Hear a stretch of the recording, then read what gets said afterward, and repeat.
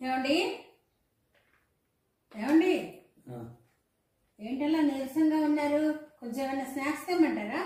ఏమొద్దు, నాకేమొద్దు. పోనీ కాఫీ తీసుకురానా? నాకేమొద్దని చెప్తే అర్థం కావట్లేదా? డిస్టర్బ్ కాక మాటి మాటికి వచ్చి. ఏమైందండి, ఎందుకలా ఉన్నారు?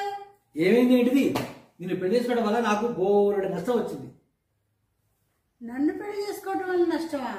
ఏమైంది? ఏమైంది ఏంటిది?